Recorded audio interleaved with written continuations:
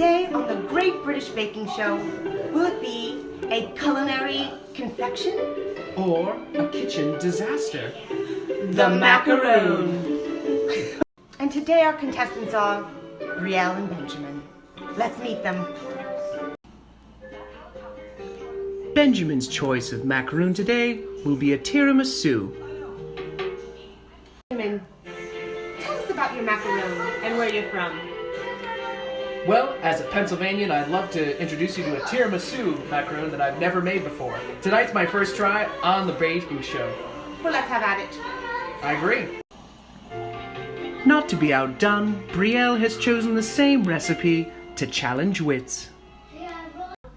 Introducing our second contestant today, Brielle. Tell us about yourself. Well, hello, Paul. I'm so excited to be here. We're glad to have you. I'm still living with my mum and dad in Liverpool and still in grade school, but I've been baking since I was 2 years old and I've been making this recipe of my great-grandma's.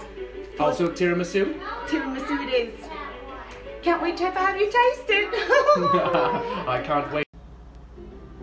And now, let's take a moment to look in on our bakers and their batter preparation. Peekaboo! Starting here. Benjamin, tell us what you're doing. Well, I'm starting with my flour and almonds, everything like that, but I need egg whites. I can't have the egg yolks in here, so I have to very carefully measure it out, and it's not an easy process. Doesn't look like it. Why don't you get out to do it? Thanks, I'll need the time. While Benjamin's working on his egg whites, Brielle gets started on her flour and confectioner's sugar. Both need to be blended to a fine, fine powder in order to make the most delicious macaroon batter. Let's see what you have here, Brielle. Hello, Paul. I'm just making a very fine batter of the almond flour and the confectioner's sugar. It's very important to blend. Blend it. Oh! After perfectly measuring out 100 grams of egg whites, Benjamin must now complete the most difficult task of combining them with granulated sugar and whipping them to a wonderful peak. Hello, Ben. Hello. Now is the part where you have to make the meringue peaks, is that right? Yeah, this is probably the most difficult part. I actually have to make sure it's whipped to perfection, combine the two ingredients together, and I just have to keep my eye on it so it doesn't become something much more bitter and disgusting. Yes.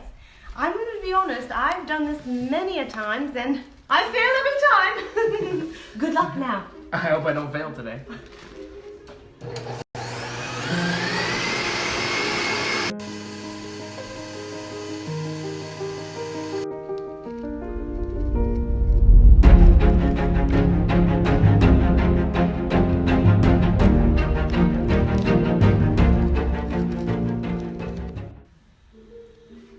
Hello, Paul.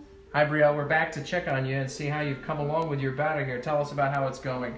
Well, I've just mixed in the Madagascar vanilla bean. And it is mixed in with that into the meringue. And then I put in the rest of my filling and I've been folding it and folding it and folding it. As to not overfold it though. Now, is that Madagascar vanilla just one of your secret ingredients that your grandmother told you about? Every good chef knows about the Madagascar, Paul. Good tip for our chefs out there. Now, you're going to take it down until it's at a nice ribbon stage and it's Yes. lavaing off that spatula. Right about there. Now. Perfect.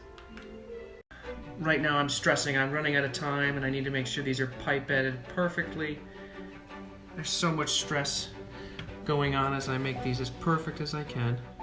I just hope the judges aren't as critical as they usually are. Just finishing up making my meringues here, my macaron bases, if you will. They're a little pretty nilly, but that's alright because it's going to be okay. I just feel I have a really good feeling about it. That's right. So I'll get back to that.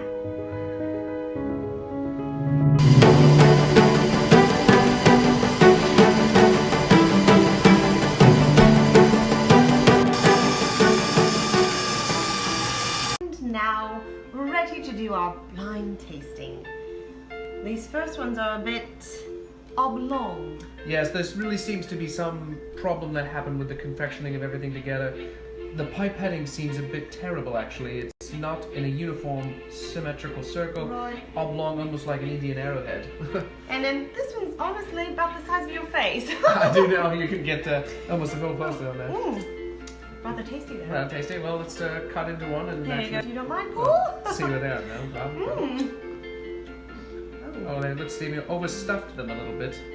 That's chewy. Let's take a bit here.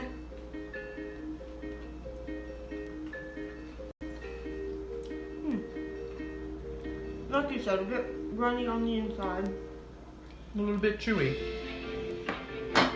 Oh. Good flavour that though.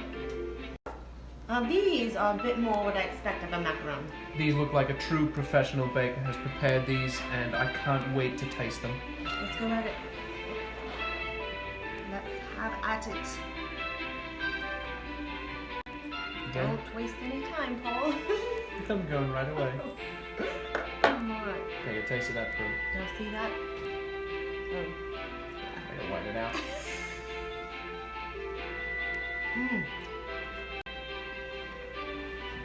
Just like my grandmother used to make. I wonder if someone that had a grandmother made these. We're about to find out.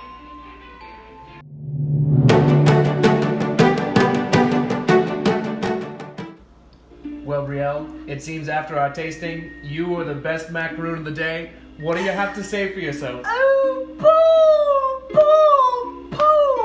Grandmother never fails. That's what I have to tell you out there. If you have a grandmother, you can do it too.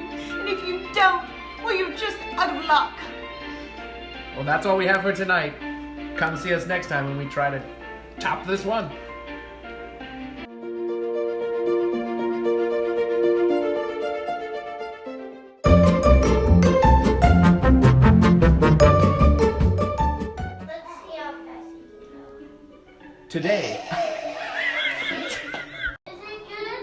Today on the Great British Baking Show, the most difficult of confections.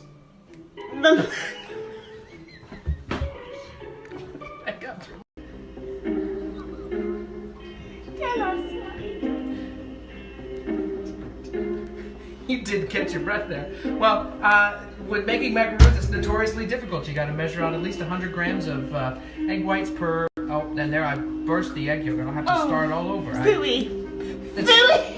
Kitchen. Hello, Paul. Hello, Brielle. To be here. Our second contestant today, also with a tiramisu macaroon. I'm still living with my mom and dad. I'm just in grade school, but if you don't mind.